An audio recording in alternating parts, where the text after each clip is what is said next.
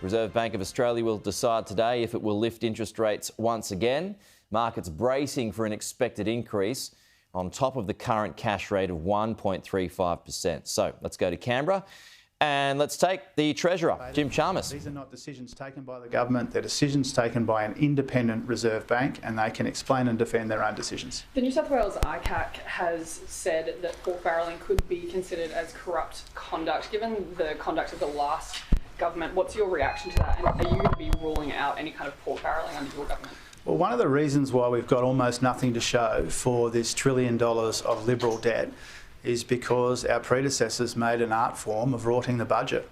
And only in a Liberal Party so bereft of ideas and direction and talent would the chief rorter be promoted to the economic spokesman position.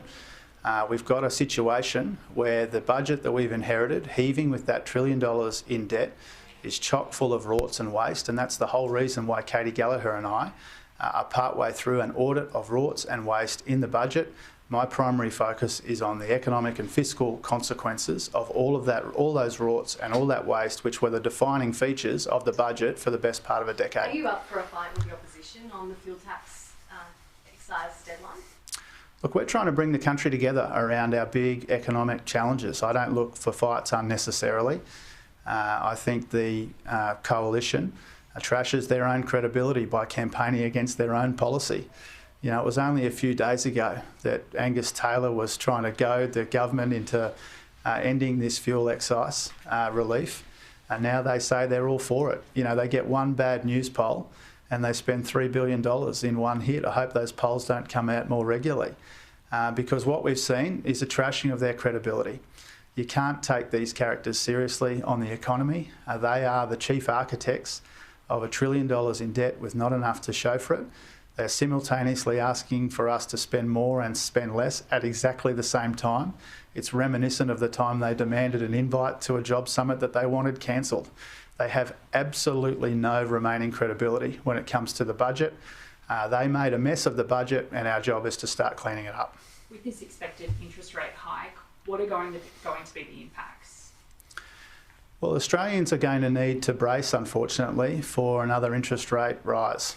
The Reserve Bank has made it very clear that they intend to increase interest rates further. These are decisions taken by the independent Reserve Bank and not by the government. It will make life harder for a lot of Australians who are already dealing with the skyrocketing costs of living. If you've got a $500,000 mortgage, it's something like $140 a month extra that people will need to find in their household budgets, at the same time as they're struggling with some of these other electricity prices and grocery prices and all the rest of it. And so we don't underestimate or lightly dismiss the pressure on family budgets from these interest rate rises. These decisions are taken independently, as they should be. We don't preempt or second guess these decisions. We've got our own job to do, and that's what we're focused on. Thanks very much. Thank you, I've got to go. Is the Treasurer... Oh, there's one more, let's listen. You've encouraged before, was that something you'd like to see? I think it's really disappointing that some banks are not passing on these increases in interest rates to savers.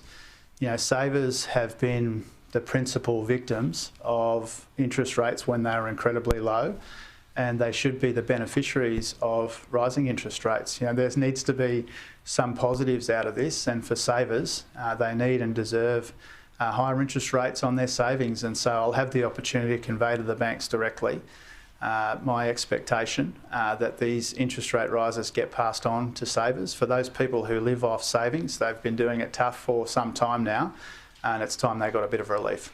Thanks very much. Thanks, Treasurer. Okay, that's the end of that. So that's the Treasurer, Jim Chalmers, saying that he's not going to budge on fuel excise. That's despite calls from the opposition leader Peter Dutton yesterday suggesting that they should, in fact, extend that beyond September, which, of course, would come at a great expense to the budget.